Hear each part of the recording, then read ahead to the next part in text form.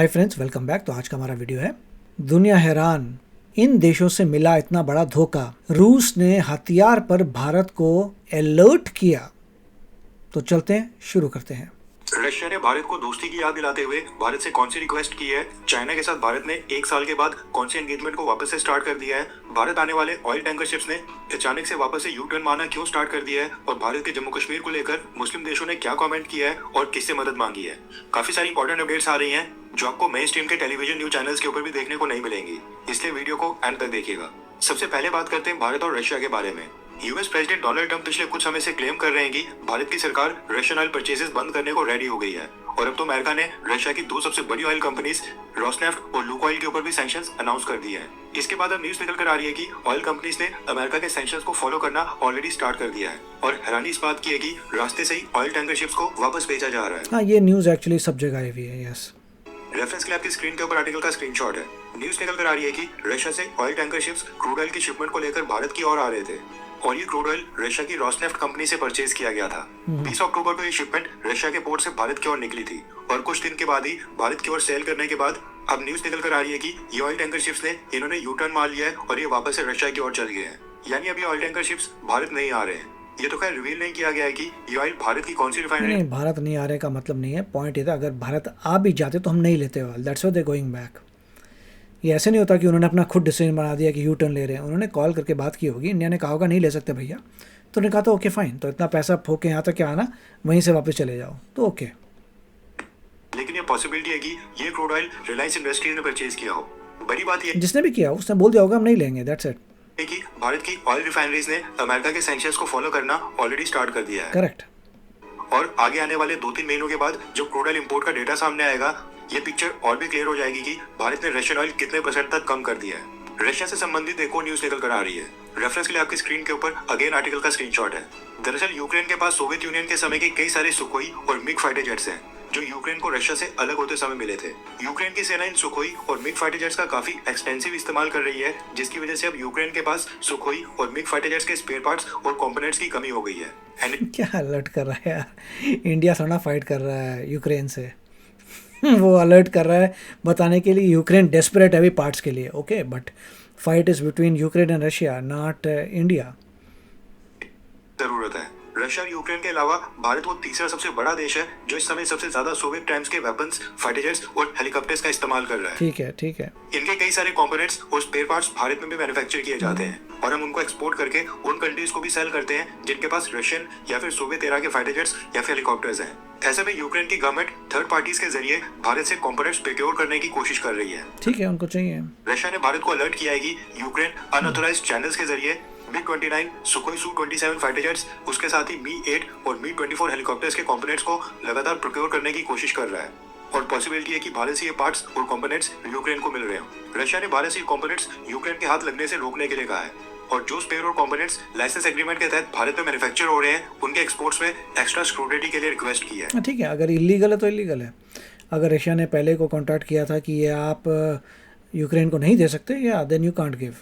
Reports निकल कर आ रही हैं कि भारत रशिया की रिक्वेस्ट मानते हुए एक्सपोर्ट कंट्रोल्स के ऊपर एक्स्ट्रा ध्यान देने लगा है ताकि थर्ड पार्टीज के थ्रू स्पेस और कंपोनेंट्स यूक्रेन के पास ना जाएं। रशिया ने भारत के ऊपर भरोसा कर बहुत अच्छा काम कर रहा है इंडिया, बहुत अच्छा काम कर रहा है। रशिया का अलाइंड है और रशिया की प्रो रशिया है, वेरी गुड। अब जो आपका स्टांस है वो करिए, फिर ये मत सोचिए कि ओ माय गॉड वेस्ट हमारे खिलाफ क्यों रहा है। भाई दिख रहा है ना, आप प्रो रशिया हैं तो प्रो रशिया हैं तो उसका इफेक्ट भी उसी तरीके से आएगा। इसमें मैं कुछ नहीं बोल रहा, that is how life works.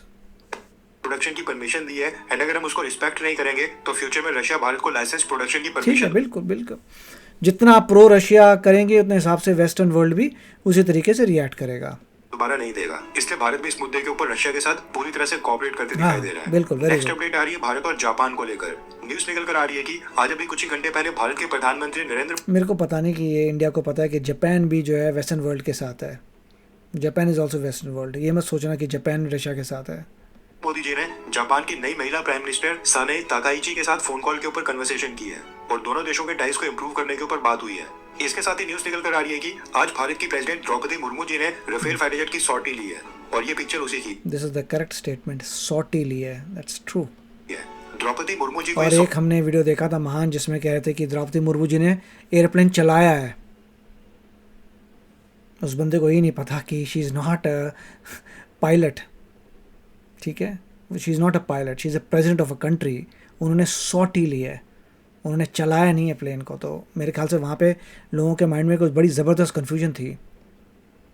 Captain Amit Gehani ने द्रौपदी मुर्मू जी ने स्क्वाड्रन लीडर शिवांगी सिंह के साथ भी एक पिक्चर क्लिक करवाई है, जिनके लिए ऑपरेशन सिंदूर के समय पाकिस्तान क्लेम कर रहा था कि उन्होंने इंडियन एयरफोर्स के फाइटर जेट को गिराकर इंडियन पायलट शिवांगी सिंह को कैप्चर कर लिया है। स्क्वाड्रन लीडर शिवांगी सिंह भी वहां पर प्रेजेंट थी। इसके साथ ही द्रौपदी मुर्मू जी अब भारत की पहली प्रेसिडेंट बन गई हैं जिन्होंने 2 बार 2 अलग अलग फाइटर जेट्स की सॉर्टीज ली है। इससे पहले साल 2023 में द्रौपदी मुर्मू मैडम जी ने सुखोई Su-30 MKI की भी सॉर्टी ली थी। नेक्स्ट अपडेट आ रही है भारत और चाइना को लेकर। न्यूज निकल कर आ रही है कि 25 अक्टूबर को भारत और चाइना के बीच मिलिट्री कोर कमांडर लेवल की टॉक्स हुई है। मीटिंग पॉइंट था लद्दाख के फॉरवर्ड एरियाज में LAC के पास चुशुल मॉल्डो बॉर्डर। मिलिट्री लेवल का ये 23rd राउंड था। इससे पहले पिछले साल अक्टूबर 2024 में भी 22nd राउंड की मिलिट्री कोर कमांडर की टॉक्स हुई थी, यानी कि ये टॉक्स 1 साल के बाद आ रही हैं।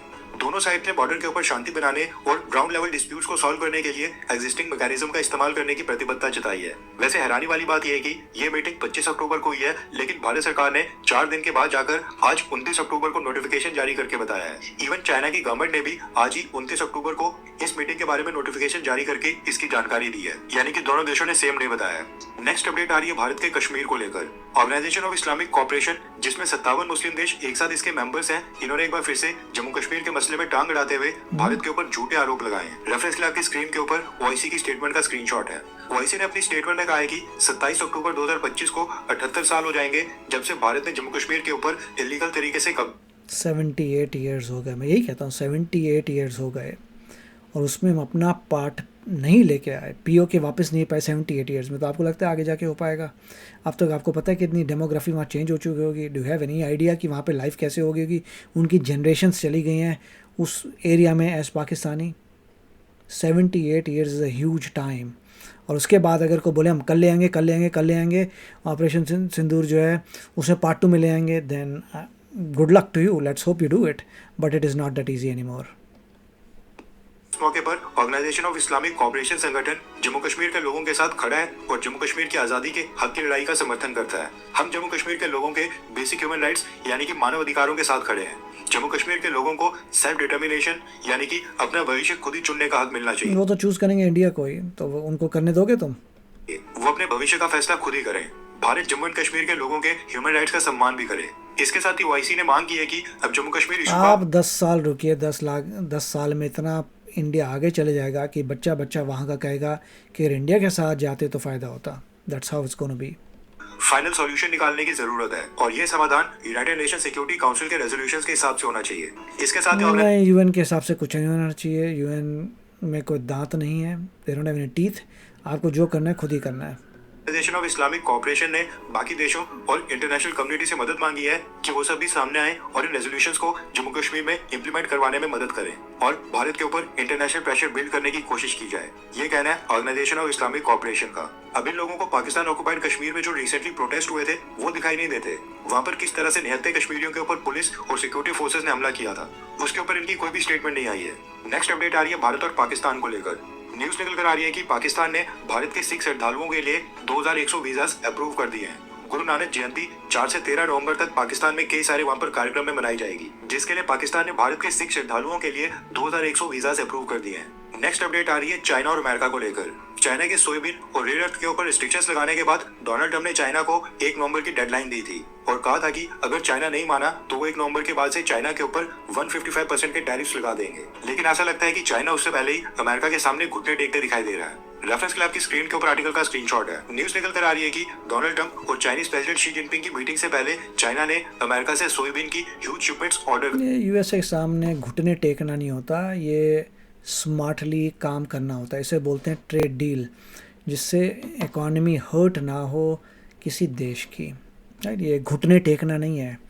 ये चाइना ने ज़बरदस्त चाल चली है जिससे उसकी इकॉनमी को हर्ट ना हो और वो अमीर होते चले जाएं। उनने बदले में क्या लिया ये शायद लोगों को नहीं पता होगा।